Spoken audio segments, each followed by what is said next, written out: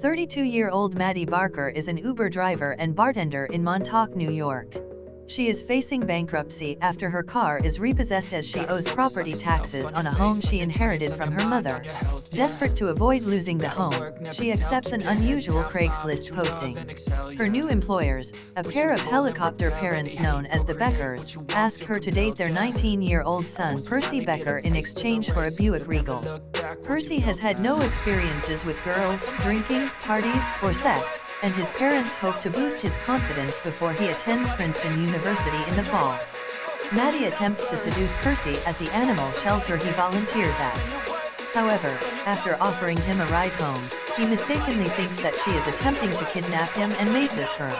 Despite this, they agree to go on a date the following day.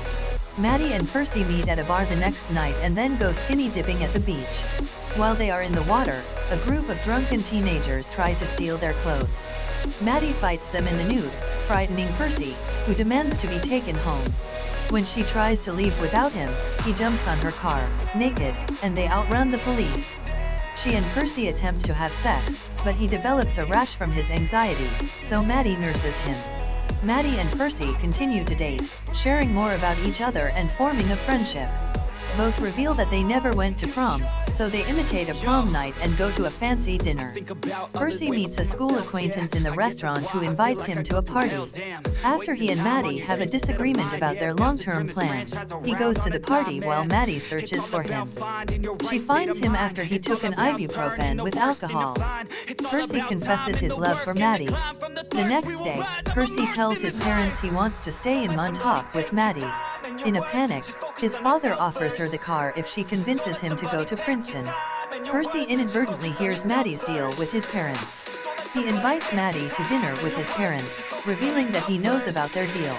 While Maddie and his parents argue over who told him about the deal, Percy crashes her Buick into a tree, heavily damaging it.